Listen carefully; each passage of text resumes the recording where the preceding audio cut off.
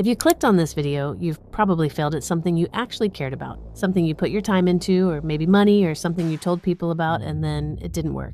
And now you're sitting with that feeling that's somewhere between embarrassment and confusion and this quiet voice in the back of your head saying maybe you're just not the one for this.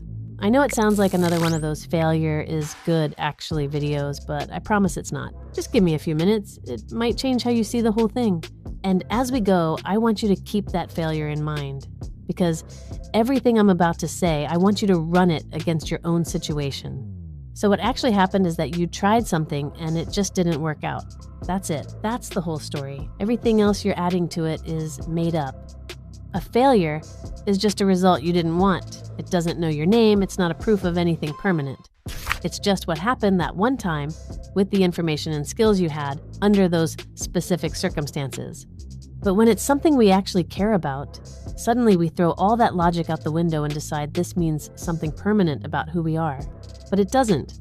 Something just went wrong, and that's actually a way more useful place to start. Get specific, and I mean uncomfortably specific, because it just didn't work out is not something you can learn from. Your brain will just fill in that blank with the worst possible explanation, and you'll carry that into the next thing you try. But if you actually sit down and walk through what happened, what you assumed, what you did, what you expected, what actually occurred, the picture changes completely. Most of the time, when you really look at it, the failure comes down to something really concrete. You ran out of time, or ran out of money, or you didn't know something you needed to know.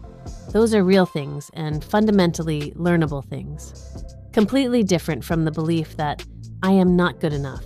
I had something fall apart once that I'd worked on for months, and my first instinct was to decide it meant I had no idea what I was doing and I should probably just stop.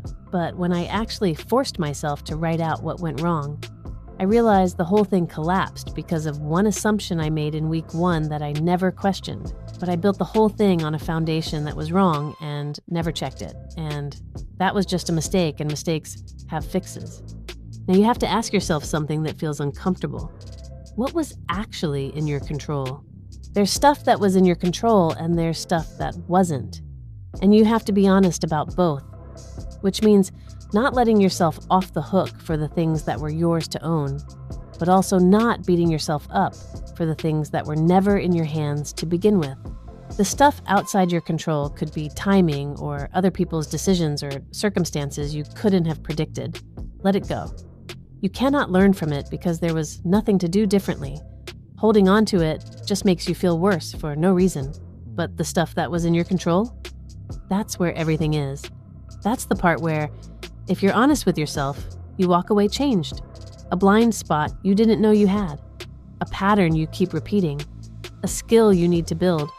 Something you'll do differently next time that will actually change the outcome.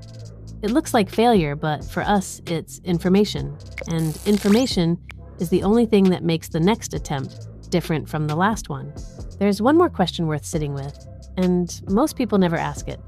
Was this actually a failure? Or did you just find out something true? Because sometimes what we call failure is just the price of learning something you couldn't have learned any other way. You tried something and discovered it doesn't work.